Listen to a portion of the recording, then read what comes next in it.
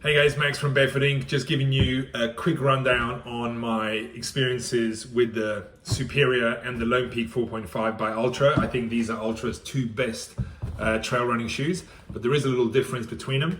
So this is the Lone Peak 4.5, probably the most popular Altra shoe out there by a mile. And what it has, 25 mil of stack, so 25 mil between the foot and the ground. Good bit of cush, nice and comfy, still very light, coming in under 300 grams at a US 9, and it has a built-in skeletal plate, I think it's called, which is like basically a lightweight stone plate to protect from rocks. And it's got an upgraded upper with a more flexible material, good breathability, good drainage, and most importantly, this is just an amazing shoe to run in. You could literally put it on and run 100K. I've heard that over and over. And if you're going distance and you want to have the combination of zero drop, natural feel, wide toe, then this is an amazing shoe. You couldn't go better.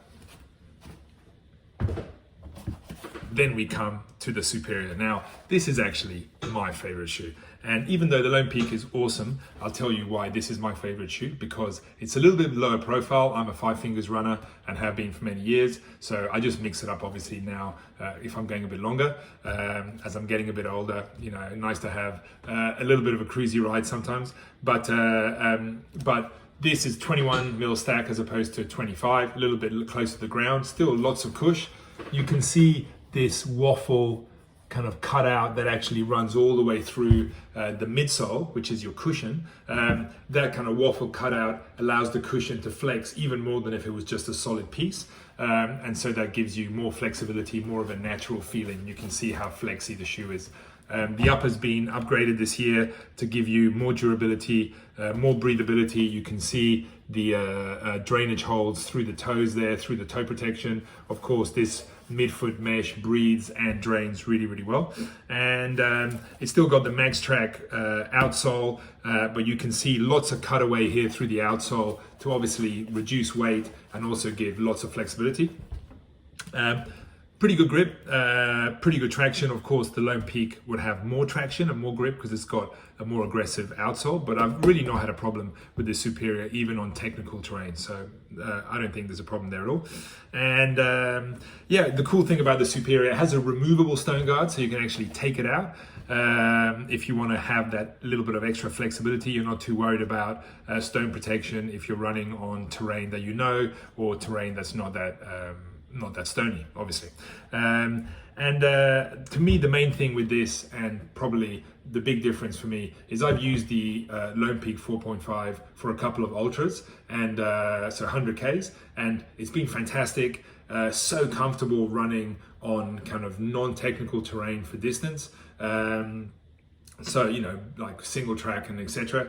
The width of the foot really allows for you to run all day and not feel any squeeze.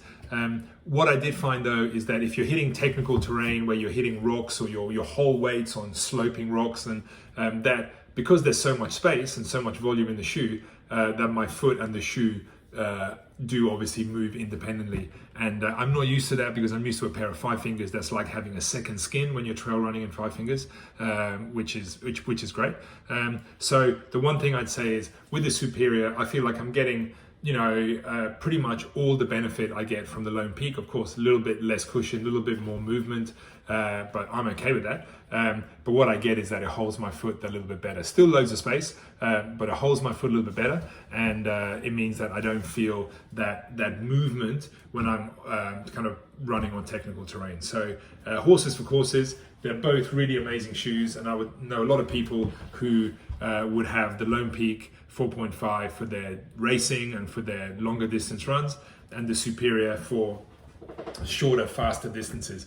Both are zero drop, which is of course super important to make sure your whole, not just your foot, but your whole body, your structure is in a natural position.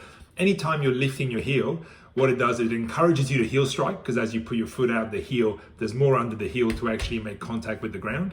It also encourages you, basically, as soon as there's a heel lift, you're tilting your pelvis forward, called spilling the pelvis, which means as soon as your pelvis is tilted forward, before you even start to run, what happens is, because you naturally try and come back to a level body position, it means that your back actually hyperextends. So if your pelvis is tilted, you get hyperextension through your lower back, and you're already in a less than optimal running position before you even start. So then once you start running, I think that impacts on your lower back, it impacts on how you use your legs, your whole body, your muscle activation, muscle recruitment, muscle firing sequences. Basically, like, it might be a small thing, but I think that it really has an impact on how you run. That's simple. So so try it out. If you do wear shoes that have more stack and you thought, oh God, I feel my lower back or I feel my hammies, maybe it's worth trying it out, and obviously building into it, but seeing if a lower profile shoe might actually help.